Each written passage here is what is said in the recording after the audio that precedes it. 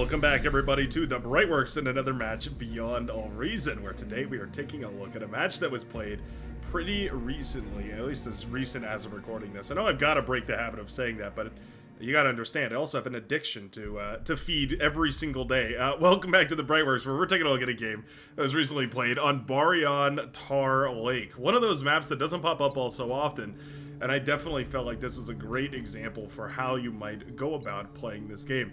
I've been really addicted to some cheeky strategies recently, so I'm excited to see that this replay was actually pretty short. Usually when that happens, it means one team comes up with a creative enough strategy that it's worth, at the very least, paying attention to. So, without further ado, our Armada commander spawning right here on the front line. There is one backline position right here, and apparently it's going to go to the hot pink commander. I guess there's technically a backline position here. Yeah, actually, I guess there's two backline positions. Anyway, on the front line here, the red commander that, of course, goes by the name of Watch Me Do This. 42 open skill, definitely up there as far as the tippity tops of the OS ladder go. Definitely narrowing in on the pro level as far as I'm concerned. All the way on the other side of the map, spawning on the front line, but a little bit more southward. An Armada commander that also, or a commander that is also playing as Armada, but is going to be going, of course, by the name of Pro Shashkarin. Shashkarin clocking in at a 46 open skill here, so making a little bit of a difference between these two teams means the red team is going to have the advantage for the number 2 player, and, you know, as far as balancing goes that wise, but it does mean that Shashkarin is going to be leading the charge as the OS hero in this game, also playing as Armada, which is really cool to see. And my goodness, we're already off to a rapid start right here as the red commander has sent a couple of ticks across the map. One of the map features about this map that is interesting, and we'll take a look at this further in a minute here. I'm certain that we'll be able to actually see it in action, but basically this black gunk right here is tar, and you can see on the bottom left here that it actually slows down tanks and bots quite significantly. It's one of those maps, and it's one of those maps with a feature that sometimes I feel like might justify a different type of play. In this case, it could be hovercraft, right? If you know that hovercraft are going to be 15% to 25% faster than your opponent's units on the tar, maybe there's some room for those to see some action here. Hovercraft are so expensive and so impossible to play with in the early game. But Elohim does appear to be going for him. Okay. Can we manage to pull it off is the question. Now, this build order apparently stalled here a little bit by the energy production, as Elohim, the brown commander, is now hopelessly lost as far as defending the base go. Now, 3 ticks coming in from the cyan commander, Disami, going to go ahead and pull apart all the metal extractors on the front line right here for the brown commander. Shuriken comes in to try and stop some of these ticks before they go any further, running a rampant in the back line. It's not the end of the world, but it definitely sucks having only a shuriken and a single shuriken at that to deal with these ticks. There's definitely not enough firepower here to actually clean these up nicely. Does mean that they're going to make their way towards the base over here. Another shuriken finally comes out, so at the very least we'll have maybe enough forces to actually paralyze all this. What an unfortunate situation right now. Alright, the thing is, though, that now we've got the hovercraft up, is it going to be enough of an advantage? I don't have an answer for you. I have hardly ever seen hovercraft used in a 1v1. Or at the very least in a laning stage of a map where you're going 1 versus 1 in a lane.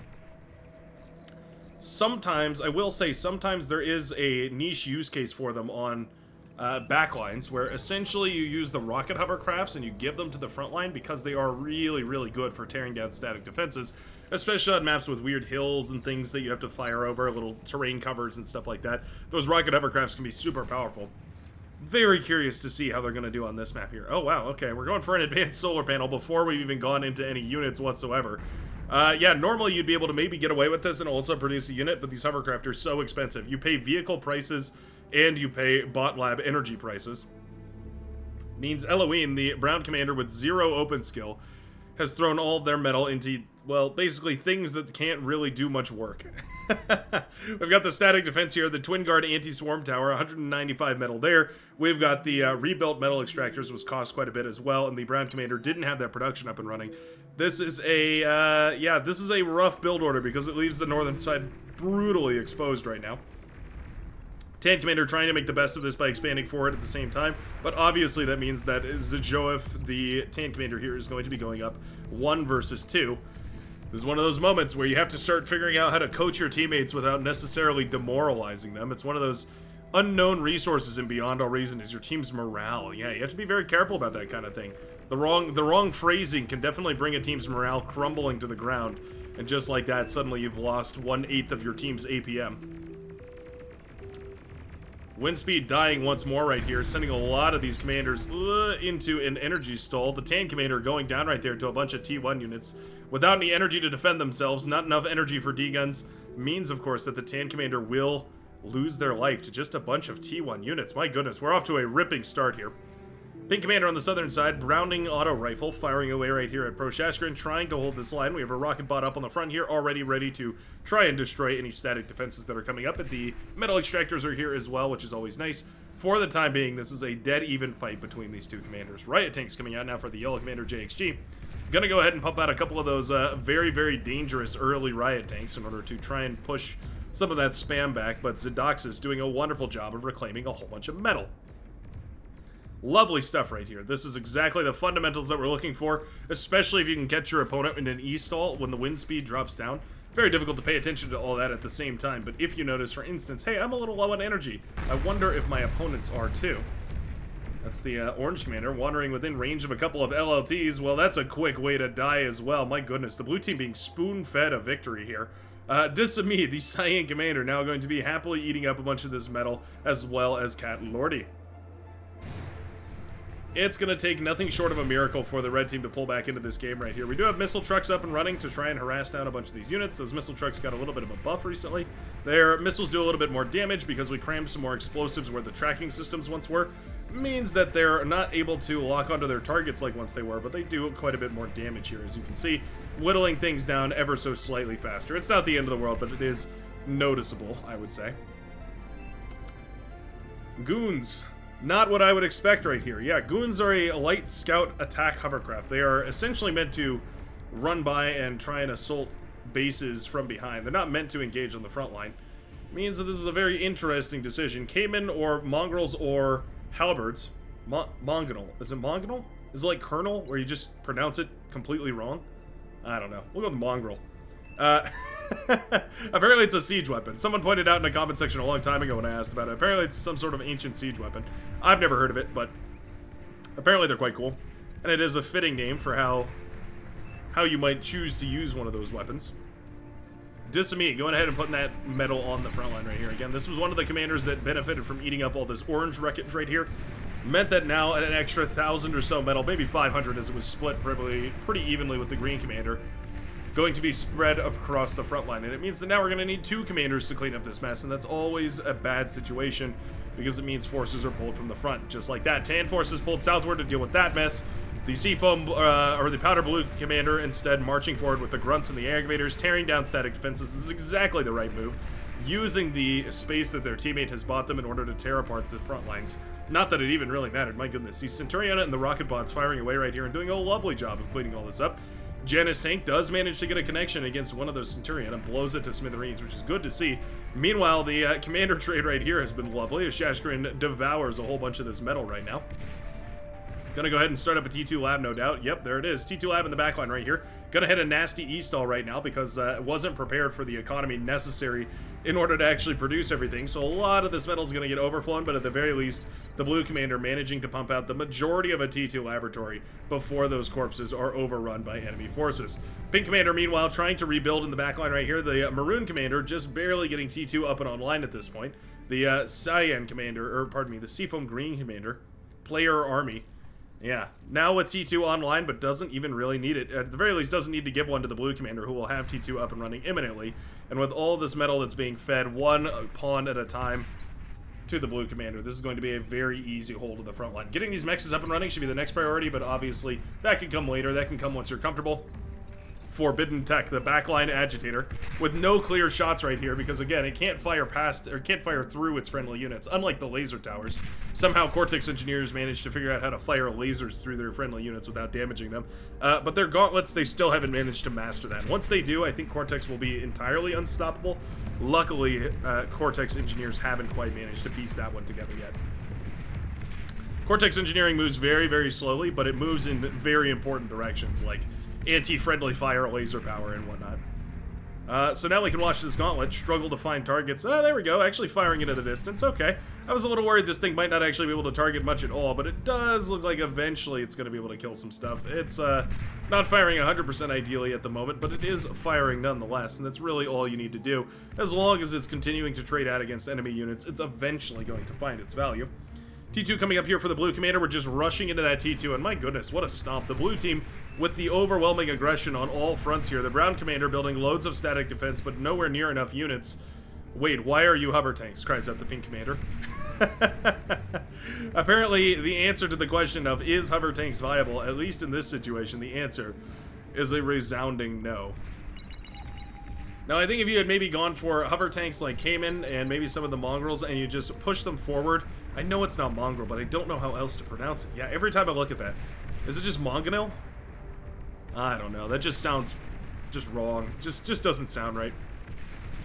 As someone who obsesses over the English language, that just doesn't roll off the tongue the way I hope it would. Anywho.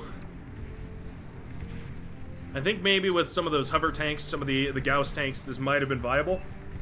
Going into the early goons and going into the early advanced solar panels, definitely not the strategy that's necessary here. At the very least, the economy is booming. I mean, granted, we don't have enough energy storage to actually convert all this efficiently, so you can see we're hovering between converting 300 and 500. That means you need more energy storage, or you need to move this slider down a ways.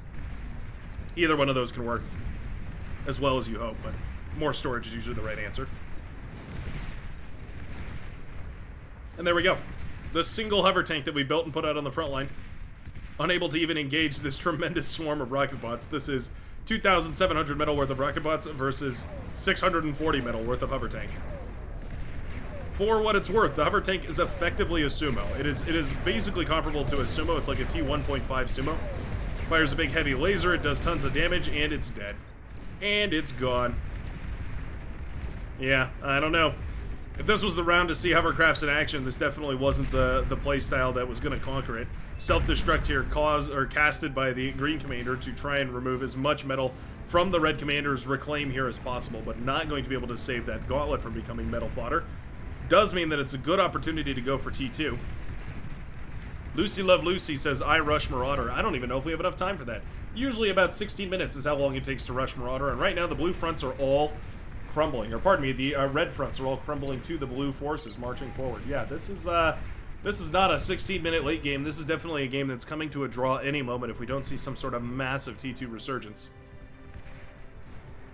Rocketeers on the front, continuing to fire away. They're just trading out ever so slowly against these blitzes. It's a war of attrition as the Rocketeers fire away. Every single shot whittles down these forces even more. Not all of them will connect, but enough of them will that eventually this becomes really dangerous. And as you can see, slowly but surely, with the friendly fire included, slowly but surely whittling down the forces here of the orange commander. You can really feel the speed difference. Oh my goodness, the missiles connecting right there from the Janus tank, blowing up more friendly units than enemies. You can really feel that movement speed penalty right here from these tanks. Whenever they step onto that tar, these blitzes look like they're moving in slow motion. Green force is moving forward. Uh-oh. T2 lab nearly completed, and we do have 1,000 metal in the bank, so we could pump out some units. Indeed, a couple of lightning tanks are going to be the solution here. I think that's a lovely decision.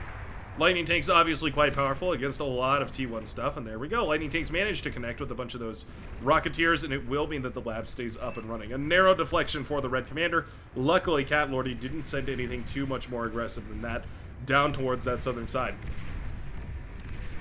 Now's an excellent opportunity for a bombing run right here. The purple commander going for some transports, trying to upgrade everybody's economy, worried about getting those mexes upgraded. All lovely stuff, but going for a bunch of whirlwinds right now wouldn't be the end of the world. There is still a nice pink fighter force going on, and it looks like Mixosis is also looking to go for some of those bombers. I'm not sure what the exact ideal, mathematically perfect opportunity to go for bombing is, but I know it's somewhere between the T1 and T2 transition. There's a golden window where your opponent is going T2, you're going T1. You can pump out more fighters in them, and you can eventually get the jump on them. These lightning tanks making all the difference right here. Really, the most surprising thing about the lightning tanks is how much range they have. Yeah, these lightning tanks actually able to reach out a lot further than you'd expect. I guess I don't mind that whatsoever. Yeah, those lightning tanks are really doing a wonderful job of contesting this front line. As long as the T2 economy is continuing to scale right here for the red commander, this is going to be a nice T2 lab transition as well. However, blue T2 forces are already on the front line, and girl, we've been on the front line for a good hot minute right now. T2 mexes have been cranking out 4 times the metal of the T1, 7.8 or 7.4 metal per second? Yeah, 7.3 metal per second. Wow, it varies really depending on where you are on the map, but anyways. 7.3-ish metal per second per metal extractor. That is a huge benefit to the blue team. As you can see, their economy nearly bedoubling the reds now, an 85 to 120-ish% advantage, flickering back and forth between all those. In fact, the blue team winning across the board here, as the charts would indicate, except for in the one category of defensive value, which is not really a good category to be winning, I would say. Lightning tanks pulling apart a whole bunch of these static defenses here, doing a lovely job of blasting down anything thin enough for their lightning beams to arc across. Commander is definitely included in that list, by the way. There is a Cyan Commander running for its life now as the lightning tanks chase it down. Oh, they want the kill right here. I think they'll have to settle for the LLTs right now. Not able to get the kill on Disami's Commander, but at the very least able to, yeah, put in a lot of hurt against some of those earlier units. And those ticks not standing a chance against the lightning tanks either. Oh, LLT does manage to get the kill. Unfortunate moment. T2 now out in mass right now. The Powder Blue Commander Zoodoxus has gone ahead and gone for a good old-fashioned Sheldon Ball, and how on earth are we going to shut this down? Without T2 reinforcements from the backline immediately, without 30 Shuriken to jump on top of all this, without bombers, without spy bots, without long-range artillery pieces, without any kind of comeback mechanic in the game, this is as dead as you can possibly be. Sheldon's now barraging the base here of the Tan Commander with no reinforcements spared from the northern side. In fact, no production whatsoever from the northern side. This is suddenly a situation that many would consider unwinnable. Loads of T1 static defense, and this is an excellent opportunity to learn right here exactly why that static defense is so useless. It's static. Yeah, it doesn't move very much. Eloine failing to micro the Commander as well, and boom goes the hundreds and hundreds of metal of static defense, the thousands of metal in Commander, and all the defense that possibly could have existed to stop any kind of a run-by coming through.